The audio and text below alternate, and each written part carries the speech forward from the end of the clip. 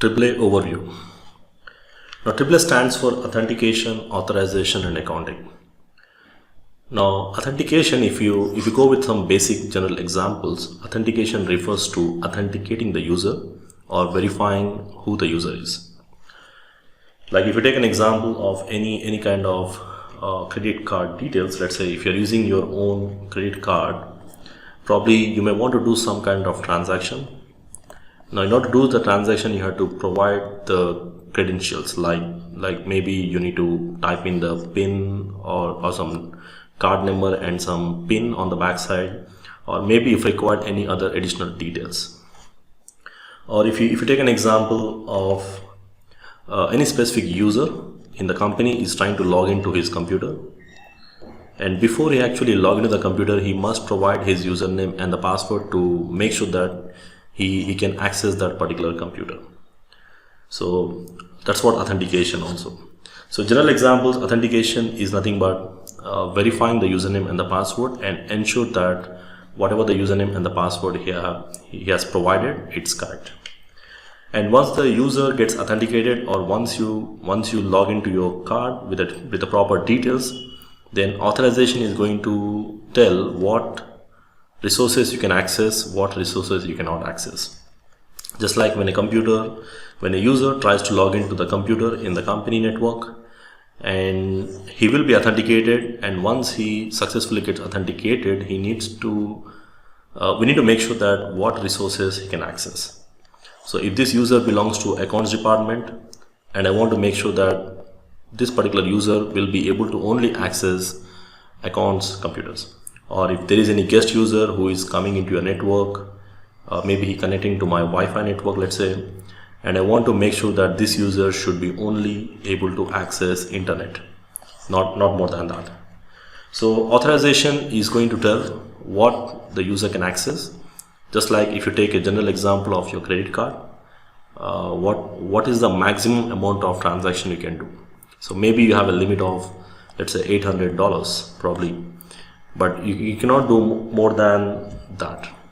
So that's what authorization. Authorization is restricting the user, what he can do, what he cannot do. Now finally, the accounting is about keeping a track of the things, what is happening in your network, keeping a track of what are the changes the user did. Like the example of user, whenever he logged in, he will be authenticated, maybe an account user, and once he gets authenticated, he will be authorized to only access the resources specific to that particular department. And then you also need to keep a track of when this particular user logged in, what time he logged in, or what are the changes he did, those kind of things. So if you want to keep a track of all these things, then we also need to enable a service called accounting. So we'll be using this AAA, accounting, authorization and authentication, these 3 A's we'll be using in our network security also. Like in network security also, we'll be using this 3 A's. So we do this for either device access.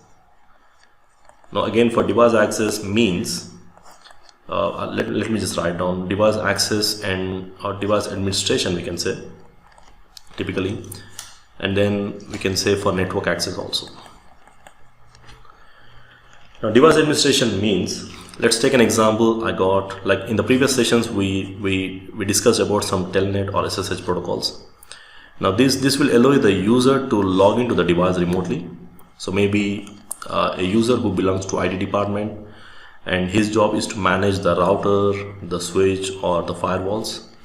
Now this user actually tries to log into the device by using SSH or telnet, and I want to make sure that this user should be able to log into the device. So we need to authenticate the user. That's the first step.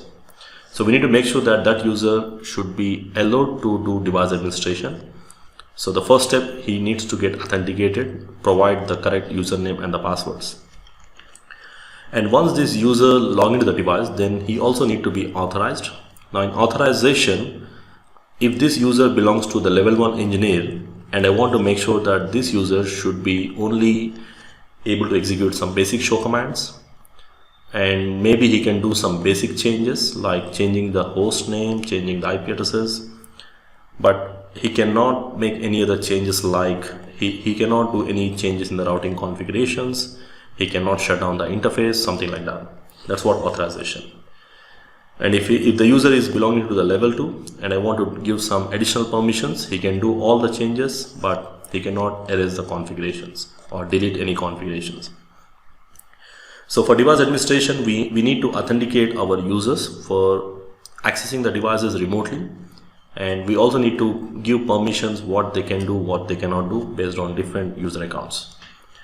And finally, we also need to keep a track of what he did. What are the changes he did, when he logged in, what time he logged in, what IP address or which device he used to log in, those kind of things. So these are the options relating to device administration. We'll talk about more in detail as we progress with our topics.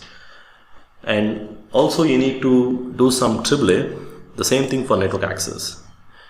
Now network access relates to like a user, let's say a user, as I said, a user who belongs to some accounts department, and another user, let's say, who is actually a guest user.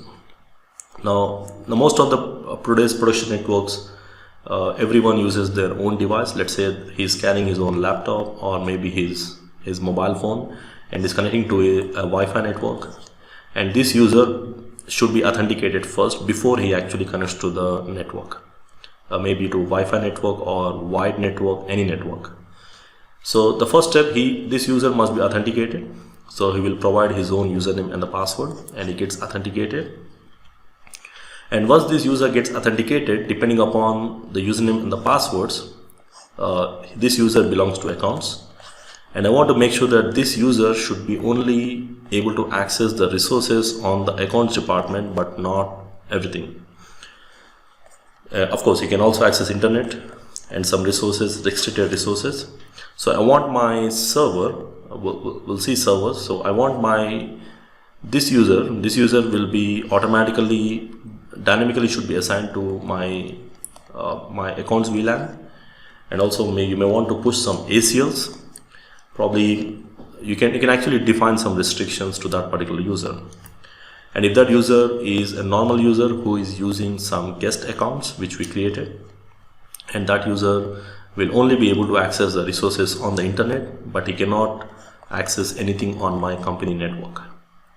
So that's what authorization is, like restricting the user what he can access in the network. So of course he should be authenticated first before he connect and access anything in the network. And once he gets authenticated, he will be restricted what he can access, what he cannot access, the resources on the network. And finally, you need to keep a track of when this user logged in, which devices or which IP he used, and when he logged out. Probably that information is also important. So AAA, we'll be seeing these options more in detail as we progress.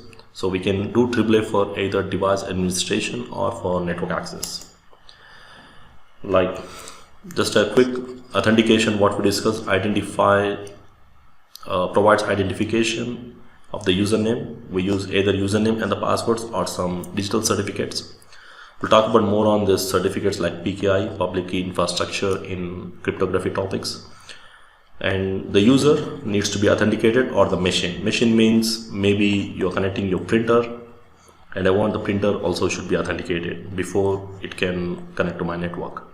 Or maybe a VoIP device. That's what network access. It comes in the network access for authentication. Now this authentication we can do either for device administration or for network access, or maybe device access we can say.